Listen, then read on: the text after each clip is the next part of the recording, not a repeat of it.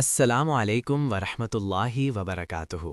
ذرا ٹھہریے، کہیں مت جائیے، کیونکہ جو بات آج آپ سننے والے ہیں وہ صرف بات نہیں، وہ راز ہے، وہ دوا ہے، وہ وہی شے ہے جو تقدیر کے بند دروازوں پر دستک دیتی ہے۔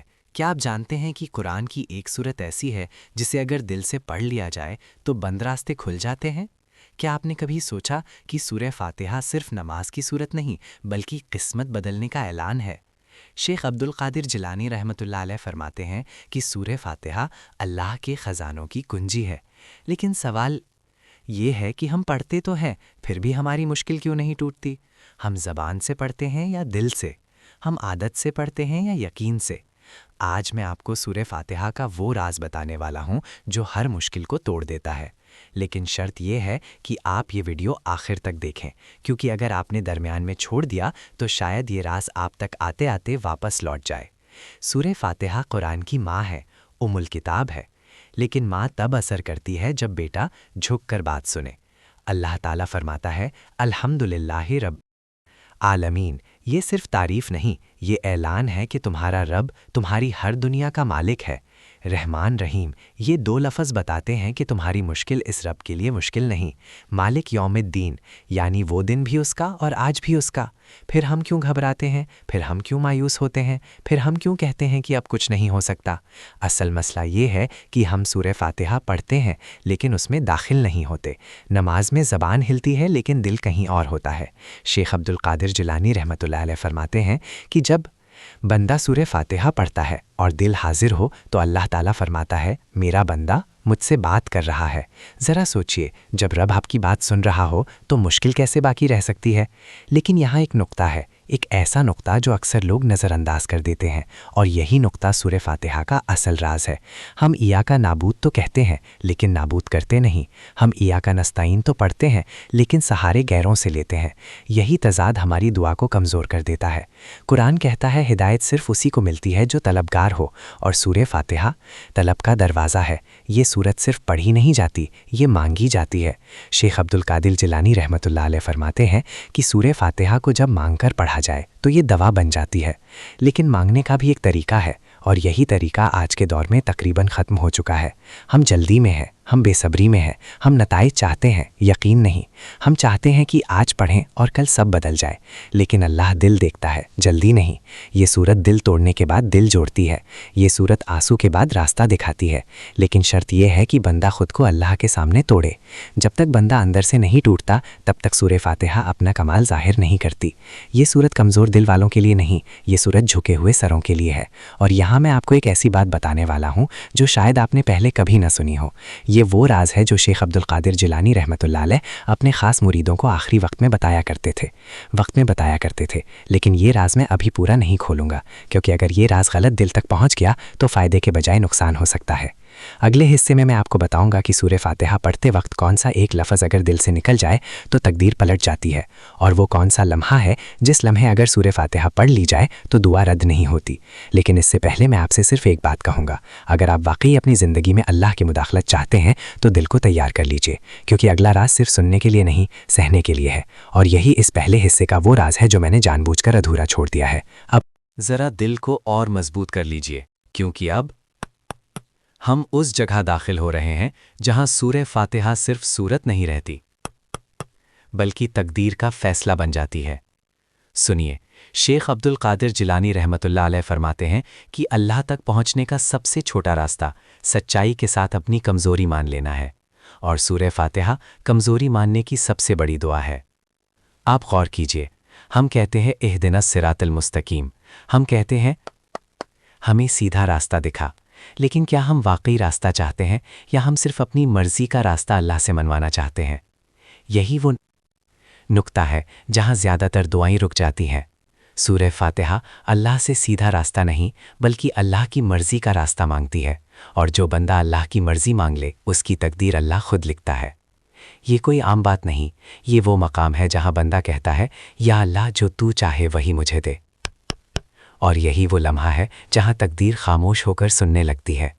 شیخ عبد القادر جیلانی رحمۃ اللہ علیہ فرماتے ہیں کہ جب بندہ اپنی چاہت چھوڑ دے تو اللہ اپنی رحمت چھوڑتا ہے۔ اب ذرا یہ تصور کیجئے، آپ نماز میں کھڑے ہیں، دنیا کی ساری آوازیں خاموش ہیں، صرف ایک آواز ہے جو دل کے اندر گونج رہی ہے، اہدنا الصراط المستقیم۔ اس لمحے اگر دل رو پڑے تو سمجھ لیجئے سورہ فاتحہ قبول ہو گئی۔ یہ آنسو کمزوری کے نہیں، یہ آنسو قبولیت کے ہوتے ہیں۔ قرآن کہتا ہے اللہ دلوں کے حال جانتا ہے، اور سورہ فاتحہ دل کا حال اللہ کے سامنے رکھ دیتی ہے۔ لیکن اب ایک اور بات سن لیجئے، سورہ فاتحہ ہر کسی کے لیے ایک جیسی نہیں۔ جو غافل ہے اس کے لیے یہ عادت ہے، اور جو جاگ گیا اس کے لیے یہ قیامت ہے۔ یہ سورت دل کو ہلا دیتی ہے، اگر دل زندہ ہو، اور اگر دل مردہ ہو تو صرف الفاظ رہ جاتے ہیں۔ شیخ عبد القادر جیلانی رحمۃ اللہ علیہ فرماتے ہیں کہ سورہ فاتحہ اس دل میں اترتی ہے جو اللہ کے سامنے خالی ہو، خالی غرور سے، خالی شکایت سے، خالی نافرمانی سے۔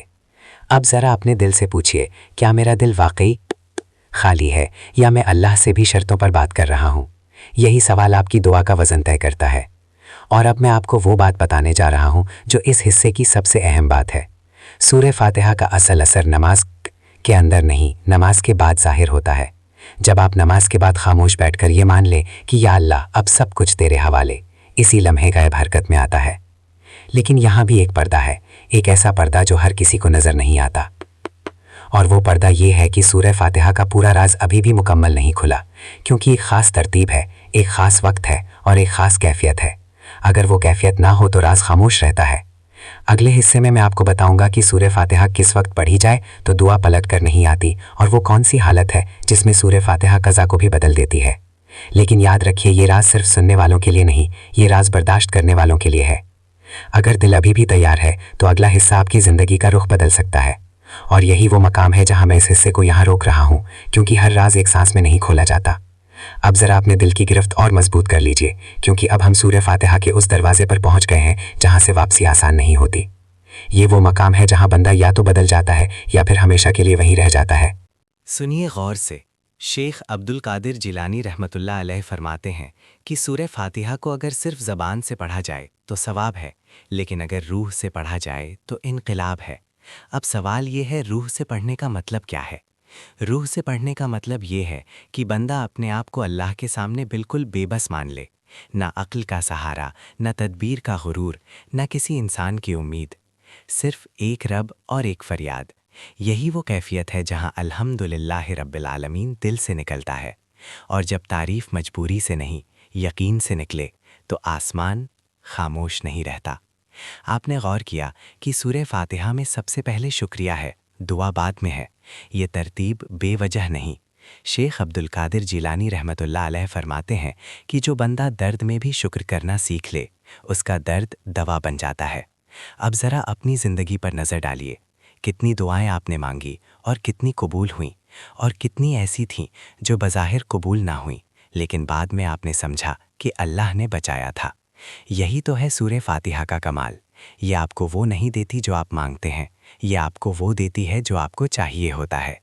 لیکن یہ بات سمجھنے کے لیے دل کا جاگنا ضروری ہے۔ اور اب ہم اس نقطے پر آ گئے ہیں جہاں میں آپ کو وہ خاص وقت بتاؤں گا، وہ وقت جس کا ذکر اولیاء چھپا کر رکھتے ہیں، وہ وقت جس میں سورہ فاتحہ صرف دعا نہیں، فیصلہ بن جاتی ہے۔ لیکن اس سے پہلے ایک اور بات سن لیجئے، سورہ فاتحہ کبھی بھی جلدی میں نہ پڑھیں۔ یہ سورت رکی ہوئی سانس چاہتی ہے، یہ سورت ٹھہرے ہوئے دل کی دعا ہے۔ اگر دل بھاگ رہا ہو تو سورت خاموش رہتی ہے۔ شیخ عبد القادر جیلانی رحمۃ اللہ علیہ فرماتے ہیں کہ جس وقت دل ٹوٹ کر خاموش ہو جائے وہی وقت قبولیت کا ہوتا ہے۔ اکثر لوگ پوچھتے ہیں کیا سورہ فاتحہ تقدیر بدل دیتی ہے؟ سنیے، تقدیر الفاظ سے نہیں کیفیت سے بدلتی ہے، اور سورہ فاتحہ کیفیت پیدا کرتی ہے۔ اب وہ خاص وقت سنیے، وہ وقت ہے نماز کے بعد، جب کوئی دعا نہیں مانگی جاتی، بس خاموش بیٹھ کر اللہ کو اپنا حال دکھایا جاتا ہے۔ نہ زبان ہلے، نہ آنکھ ادھر ادھر جائے، بس دل کہے یا اللہ اب تو ہی ہے۔ اسی لمحے اگر سورہ فاتحہ دل میں دہرائی جائے، نہ آواز سے نہ ہونٹوں سے، بس دل میں، تو سمجھ لیجئے فیصلہ اوپر لکھا جا رہا ہے۔ لیکن یہاں بھی ایک آخری پردہ ہے، ایک ایسا راز جو میں ابھی مکمل نہیں کھولوں گا، کیونکہ یہ راز ہر کسی کے لیے نہیں، یہ راز صرف اس کے لیے ہے جو یہاں تک ٹھہرا،